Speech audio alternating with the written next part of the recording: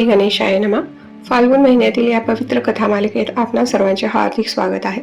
सध्या आपण भगवान शिवांशी संबंधित सुंदर पौराणिक कथा ऐकत आहोत. या सुंदर कथा तुम्हाला आनंद देत असतील अशी आशा आहे. तसेच भगवान शिव व माता पार्वती यांची आपल्यावर सदैव कृपादृष्टी राहो हीच सदिच्छा. या कथा मालिकेचा प्रवास आपण पुढे चालू ठेवूया.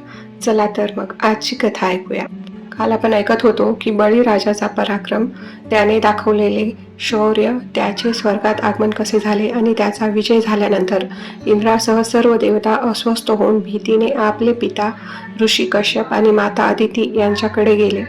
त्यांच्या प्रार्थनेद्वारे भगवान श्रीहरी विष्णू स्वतः त्यांचा मुलगा बनून वामनाच्या रूपात प्रकट झाले.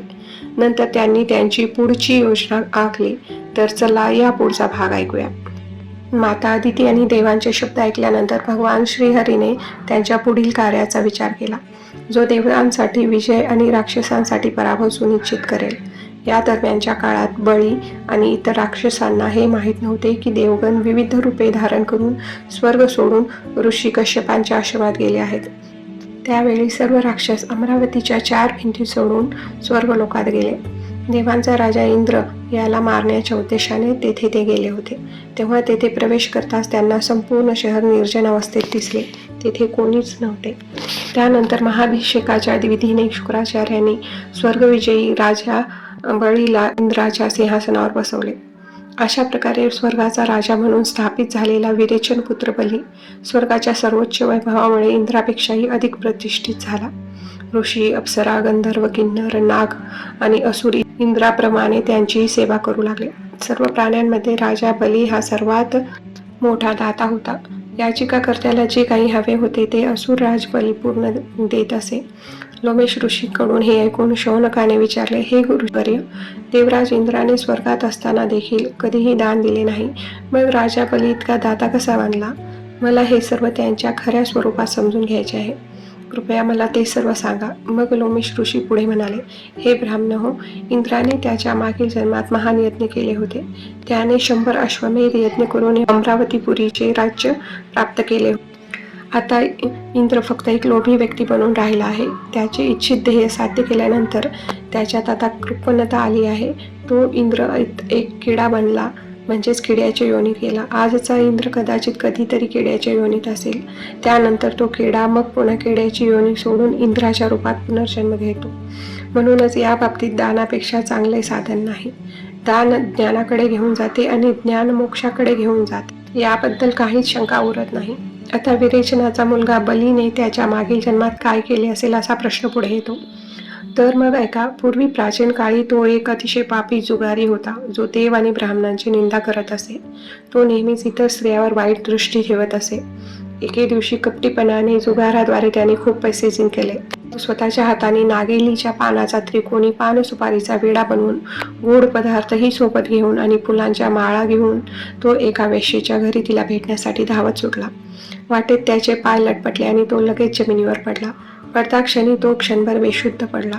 जेव्हा तो बरा झाला तेव्हा त्याच्या मागील जन्मातील काही पुण्याच्या प्रभावाने त्याच्या मनात चांगले विचार जागृत झाले. तेव्हा तो जुगारी अत्यंत दुःखी झाला आणि संत महात्म्यांसारखे विचार करू लागला. मूर्ख आणि जुगारी असूनही त्याने जमिनीवर पडलेले सर्वोत्तम साहित्य जसे की सुगंधी फुले आणि इतर श्रेष्ठ सामग्री भगवान शिवांच्या सेवेसाठी समर्पित केली. त्याच्या आयुष्यात त्याने केलेले हे एकमेव पुण्यकर्म होते. मृत्यूनंतर यमराजांचे दूत त्याला यमलोकात घेऊन गेले. तेव्हा या पापीला यमराज म्हणाले, अरे मूर्ख, तुझ्या पापामुळे तू सर्वात मोठ्या नरकात दुःख भोगण्यास पात्र आहेस. मग तो म्हणाला, यमराज, जर माझ्याकडे काही चांगले कर्म असतील तर कृपया त्याचा प्रथमतः विचार करा. चित्रगुप्त म्हणाला, तुमचे शरीर जेव्हा जमिनीवर पडले होते तेव्हा तुम्ही भगवान शिवाला जमिनीवरील काही धूप आणि फुले दान केली. तुम्ही त्या वस्तू भगवान शिवाला समर्पित केल्या आहेत आणि त्या चांगल्या कर्माचे फळ म्हणून तुम्हाला 3 घंट्यासाठी इंद्राचे प्रतिष्ठित पद मिळेल. चित्रगुप्ताचे असे बोलणे ऐकून तो जुगारी म्हणाला, मी माझ्या चांगल्या कर्माचे फळ प्रथम भोगू इच्छितो. हे ऐकून उदार मनाचे बृहस्पती ताबडतोब सर्व देवासह तेथे आले व त्या जुगारीला ऐरावत हत्तीवर बसवून त्याला इंद्राच्या राजवाड्यात घेऊन गेले. तेथे गेल्यावर शुद्ध आत्मा गुरु बृहस्पती इंद्राला समजावत म्हणाले, हे इंद्रा, माझ्या आज्ञेने या जुगारीला 3 घंट्यासाठी तुझ्या सिंहासनावर बसव. आपल्या गुरूंची आज्ञा मानून उदास मनाने इंद्राने आपले राज्य सोडले आणि तो निघून गेला. त्यानंतर त्या जुगारी पुरुषाला देवांच्या राजवाड्यात नेण्यात आले व स्वर्गाच्या सिंहासनावर बसवण्यात आले. मग त्या पुरुषाने मनात आतुरत्वाचा विचार करून ऐरावत हत्ती महर्षी अगस्त्य यांना दिला. त्याची बुद्धी खूप उदारवादी होती. त्याने सर्वश्रेष्ठ अश्व उच्च श्रवा गुरु विश्वामित्र यांना दिला. कामधेनु गाय ऋषी वशिष्ठांना दिली, तर चिंतामणी रत्र गालो मुनीला दिला. त्या महान दात्याने कल्पवृक्ष उचलला आणि कौटिल्य ऋषींना दिला. जुगारी असला तरी तो भाग्यवान होता. भगवान शिवांना संतुष्ट करण्यासाठी त्याने आनंदाने ऋषींना विविध रत्ने दान केली. भगवान शिव यांना प्रसन्न करण्यासाठी आनंदाने 3 तास संपेपर्यंत तो दानच करत राहिले. 3 तासानंतर इंद्रदेव पुन्हा स्वर्गात गेले. आता तो जुगारी स्वर्गातून निघून यमराजाकडे गेला. इंद्र अमरावतीच्या सिंहासनावर बसला आणि गुरु बृहस्पतींना म्हणाला, गुरुदेव, ऐरावत हत्ती दिसत नाही आणि सर्वश्रेष्ठ अश्व उच्च श्रवाही दिसत नाही. तसेच स्वर्गातील पारिजात वृक्ष व इतर महान रत्नेही दिसत नाहीत. ते सर्व कोणी चोरले? तेव्हा गुरुदेव म्हणाले, जुगारी पुरुषाने येथे येऊन महान कार्य केले आहे. जोपर्यंत त्याची सत्ता होती त्या वेळातच त्याने आज सर्व दान केले आहे. ऐरावत, अश्व इत्यादी सर्व त्याने दान केले आहे. संपूर्ण 3 तास तो दानच करत होता. मोठी सत्ता हातात आल्यावर ही जे स्वाधीन असतात, उन्मत्त न होता ते भगवान शिवाच्या चरणी समर्पित होतात. जे लोक प्रचंड शक्ती प्राप्त करून मुक्त होतात आणि कोणताही संकोच न करता भगवान शिवांच्या ध्यानात जागृत राहतात, तेच भगवान शिवांचे प्रिय भक्त आहेत. ते त्यांच्या कर्माचे फळ सोडून केवळ ज्ञानावर अवलंबून राहून परमपद प्राप्त करतात. तेव्हा इंद्राने विचारले की आता आपण काय करायला हवे? गुरु बृहस्पती म्हणाले, इंद्राने त्याच्या समृद्धीसाठी या सर्व गोष्टी यमराजाला सांगायला हव्यात. ठीक आहे असे म्हणत देवाचा राजा इंद्र गुरु बृहस्पतीसह अचानकपणे तेथून निघून यमपुरीला गेला. इंद्र आपले ध्येय साध्य करण्यासाठी उत्सुक असताना संयमनीपुरी येथे पोहोचले. तेव्हा यमराजांनी त्यांचे मोठ्या आदराने स्वागत केले. इंद्र म्हणाला, धर्मराज, तुम्ही माझे पद एका दुष्ट जुगारीला दिला, पण त्याने तेथे खूप काही चुकीचे व्यवहार केले. माझ्यावर विश्वास ठेवा. त्याने माझे सर्व रत्न ऋषी मुनींना दान करून दिले. तुम्ही तर सर्व जाणता, तरी पण एका जुगारी पुरुषाला माझे पद कसे काय दिले?